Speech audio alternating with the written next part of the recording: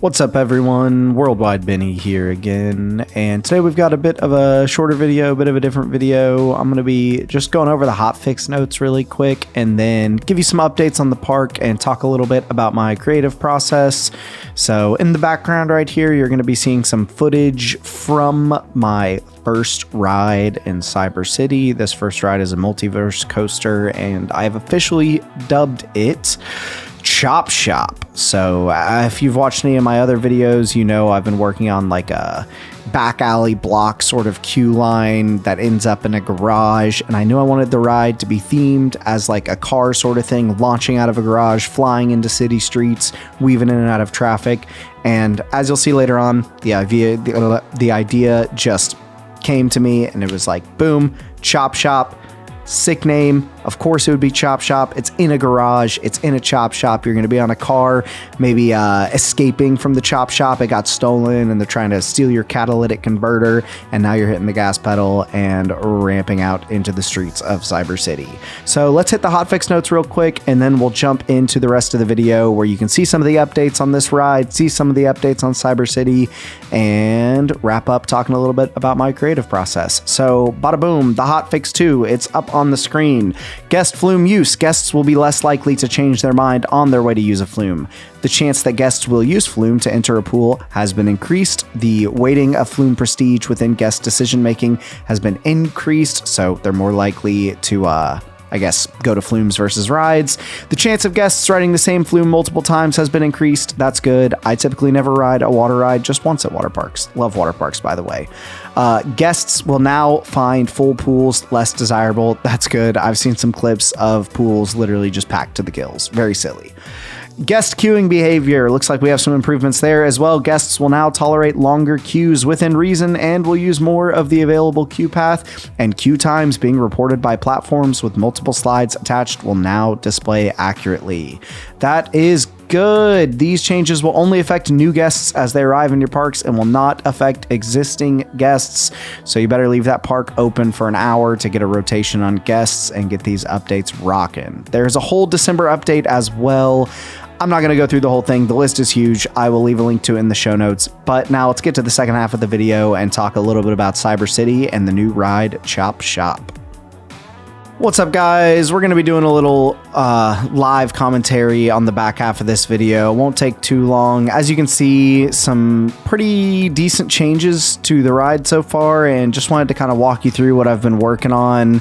Didn't get to do much recording yesterday. I had like some sporadic moments I was able to play and recorded a couple segments, but it just felt all really disjointed. So figured I would just show you what I've been working on, kind of talk through some creative process stuff, and just how I keep my creativity sparking as I'm playing and how I get my ideas. And yeah, then we'll close out the video with some final footage of the ride so far. So let's take a look at the changes first. The queue line so far is still pretty much the same up to this point right here.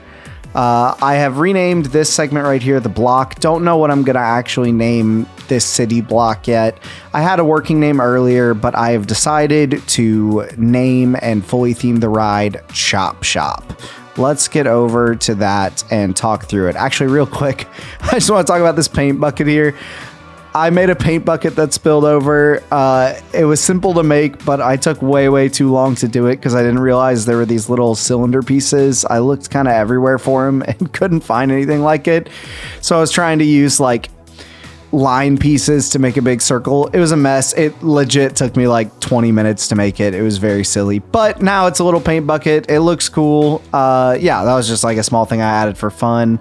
Let's get over to the real adjustments though. Boom, Chop Shop. That is the name of the ride. I said from the beginning I wanted it to be a like garage that you enter and launch out of in this city block, and what better theming than a chop shop? Like, come on, the name worked perfectly. I saw these LEDs in the menu and I was like, oh, those are sick. It looks like you could maybe turn those into words. And sure enough, it worked. Chop Shop was a simple way to do the logo. I did the little crosshairs on it. I thought that was kind of cool.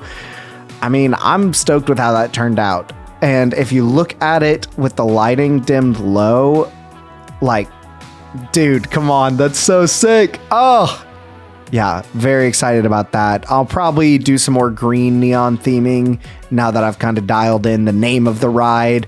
So yeah, it's going to be a chop shop. You go into the garage, which I'll show you here in a second what I've been working on there. Boom, we got the lightning green van. It's on some lifts. I've got to put these vents on the ramps as well so they don't just look super flat.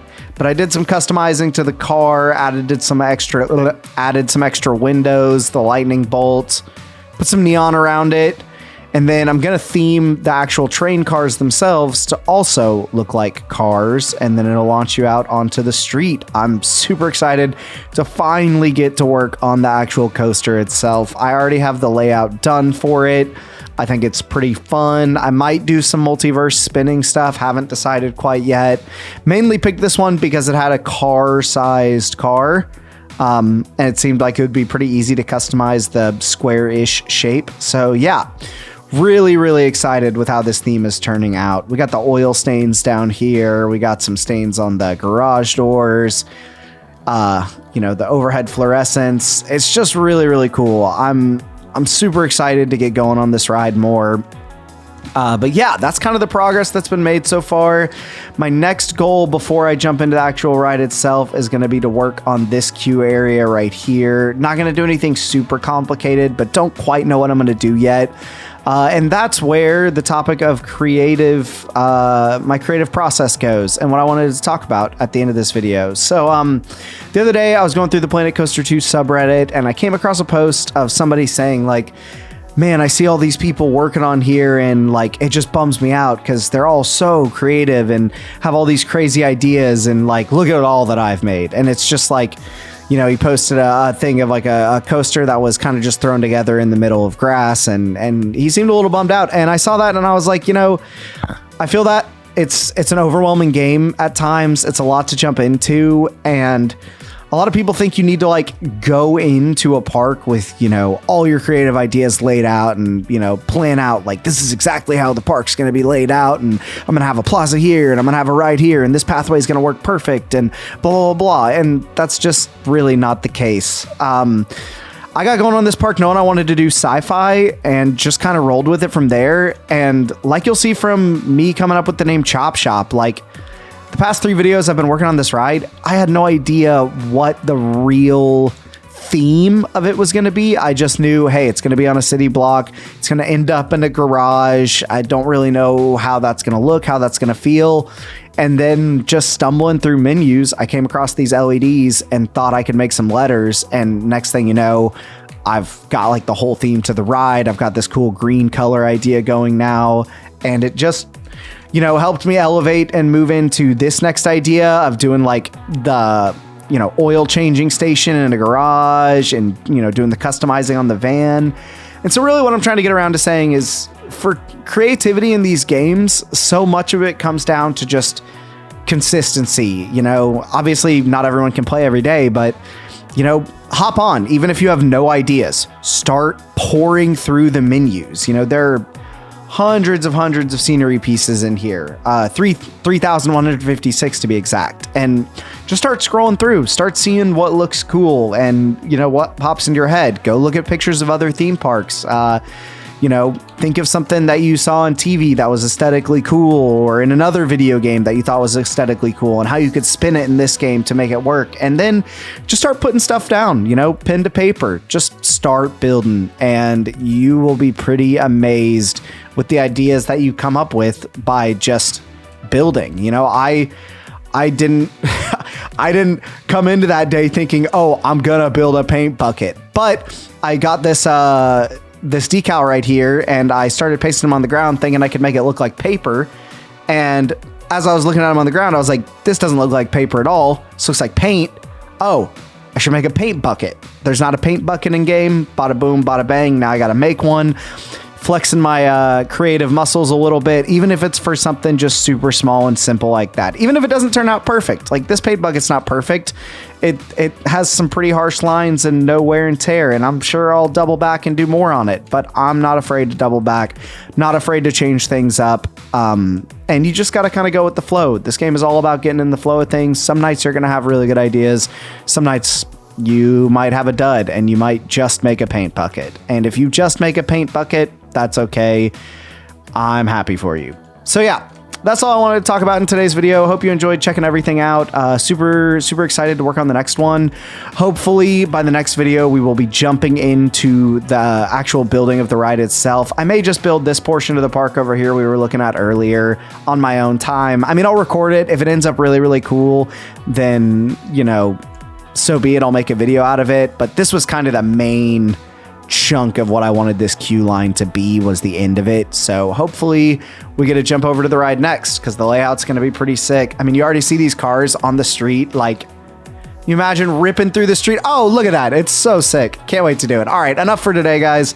Thanks for tuning in. Thanks for keeping up with the channel. If you've been liking, subscribing, commenting on the videos, it means so much. I've gotten like a huge response over the last week and starting this channel. It's crazy. I, you know, knew that I was doing something kind of cool, but didn't really expect it to take off the way it has. So just thank everybody for viewing. Thank y'all for dropping comments, giving me advice. Somebody mentioned that the concrete floor and concrete wall idea is plaster and you make it dark gray or black. Thank you. I've got concrete now. It's incredible. I can't wait to go back and fix so many things. It's going to waste so much of my time, but it's okay. We're learning. Catch you guys in the next one. Thanks for tuning in.